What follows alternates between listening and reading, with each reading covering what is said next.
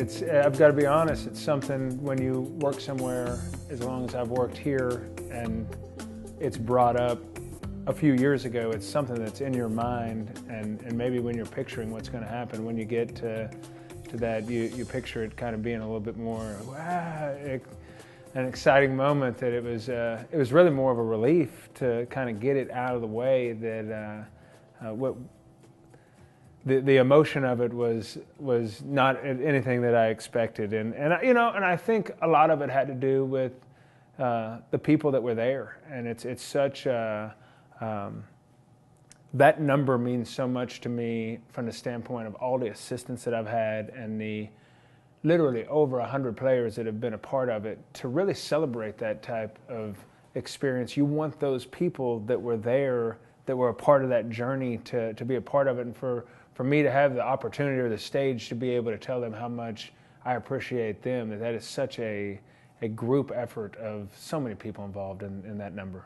The 201 was Coach Jim Gudger, and Coach Gudger's daughter, Jane, is my daughter's godmother, and Coach Gudger's granddaughter, Steph, is my son Charlie's godmother. So two of his daughter and his granddaughter are godparents to my kids, and so that family, Jane Gudger, Jay Milano now, and they're such a big part of the Walker family, and that doesn't make it nice to beat her dad's record, but it makes it nice to know that we are a part of what the history was that came before us.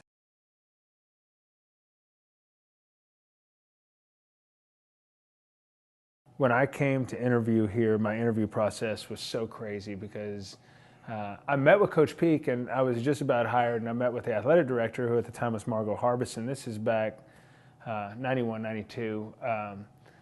And so Coach Peak said that I had a job, and Dr. Harbison said I had a job, and they said, well, the interview process isn't quite over yet. You've got to meet some other people. And I had to go out with Jess Hawthorne and Dorothy Ingram and Fred Blom and Ken Morgan, and I could go through the list of people, but I had to meet these people, and they said, if these people don't want you here, you're not going to be here. And I was like, well, what is their role? And it's like, they are East Texas State Athletics. These are the people that have been here for so many years, dating back to the 50s and 60s and 70s, and it was really a great experience for me, being 22, 23 years old when I came to work here, to have people that had not just so much lifetime experience, and not so much experience at this university, but people that cared about me and mentored me and said, this is what we're going to. We popped popcorn. We painted the football field. We wore so many hats for so many years that you kind of learn to develop a sense of belonging to the university. And so when I represent our university recruiting or on the floor, coaching, it's more than just trying to win that basketball game or getting that group together. It's a little bit of giving back to the people that made sure that I had my life in order to be able to do the things and be successful in the manner that I've been fortunate to be in.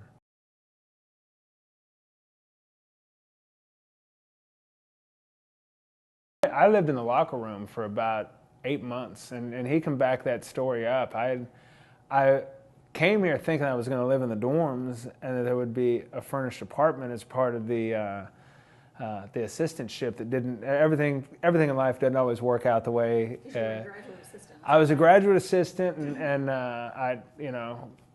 for whatever reason, I kind of was a little bit out of money and a little bit. Well, I bought a mattress at a garage sale, and I put it in the closet, and I'd put it out, and I'd have a great place to sleep.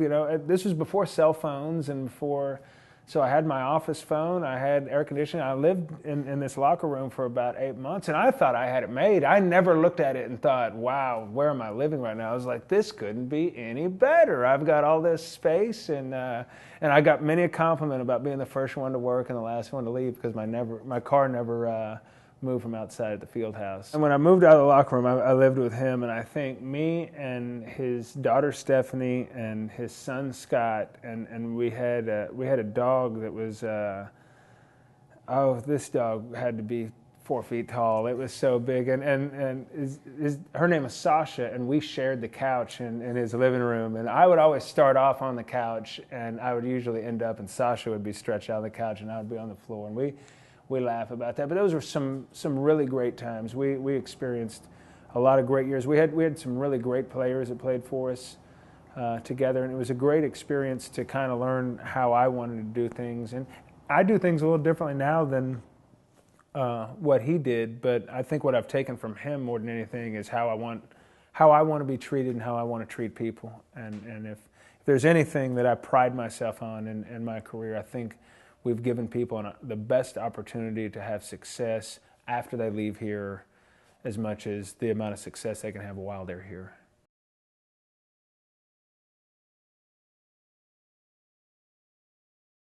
I think everybody's different.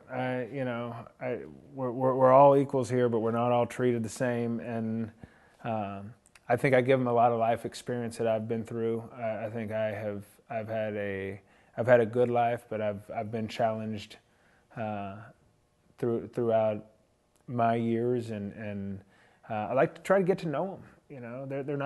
They're not cattle that are just going to come through here. I want to know about them, and I want to know about who they are on the inside. And at the end of the day, we use some terms that our guys hear all the time. The best player is a player that makes everyone else their best. And we try to drive that home with them about what it means to help the person to your right and help the person to your left, that no one sits on a fence. You affect people around you, and you either affect them positively or negatively. And now we're getting into the tail end of this season in February. I don't think there's any time that is more evident that I really kind of build that atmosphere that you're either with us or you're against us. You're not in the middle. You're either doing something that's helping us be successful, and if you're not doing something that helps us be successful, then you're keeping us from success. And I think those are life lessons that if our guys leave here and that's all they got out of it, they're a lot better off than most people that are walking away with college degrees.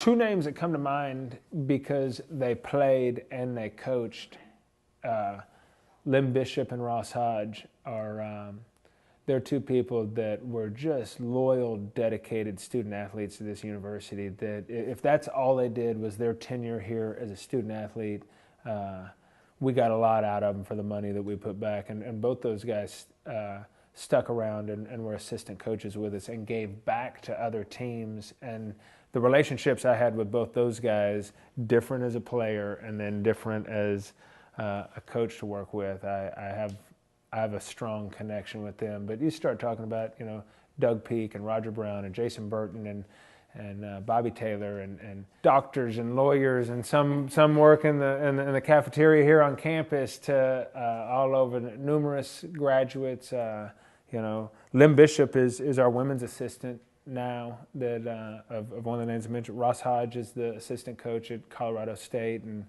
I live vicariously through him, through his Division I experiences. They'll be playing UNLV or some big game that's nationally televised, and getting on a jet to go to the game. I'm like, what's it like, man? And so we've had a lot of people go on and do a lot of different things. I probably spend as much time, no, I do. I spend as much or more time in my days keeping up with our exes as I do working with our individuals that are here within our program, because the numbers have gotten so much. It's to talk to somebody once a month, and when you have 100 people to talk to once a month and stay involved in their lives and what they're doing, it takes a lot of time. It takes a lot. My wife asks a lot, like, who are you talking to on the phone? Who is it that, I was like, do you remember from back in 01 we had?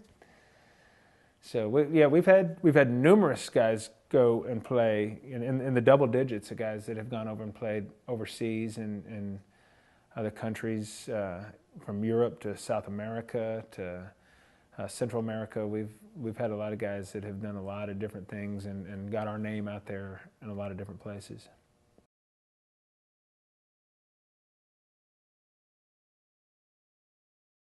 I truly have. I've had more people sacrifice for me in my life than I have for other people, and I wish there was a podium I could stand on and thank those people that I look at my wife, Allison, and she has set everything aside and lets me be Coach Walker, and that means traveling a lot. I thank her for giving me the opportunity to do what I do, and I've had just unbelievable assistant coaches that never worked for me, worked with me, and gave me such dedication and loyalty to what we were trying to do. I can never repay all the over a dozen people that have come through this program since 2000 when I became the head coach. When you talk about if we're having this interview because there was 200 wins, Coach Peak didn't play any of those 200 games, and neither did my wife, and neither did my assistants. There were young men that were 18 to 22 years old that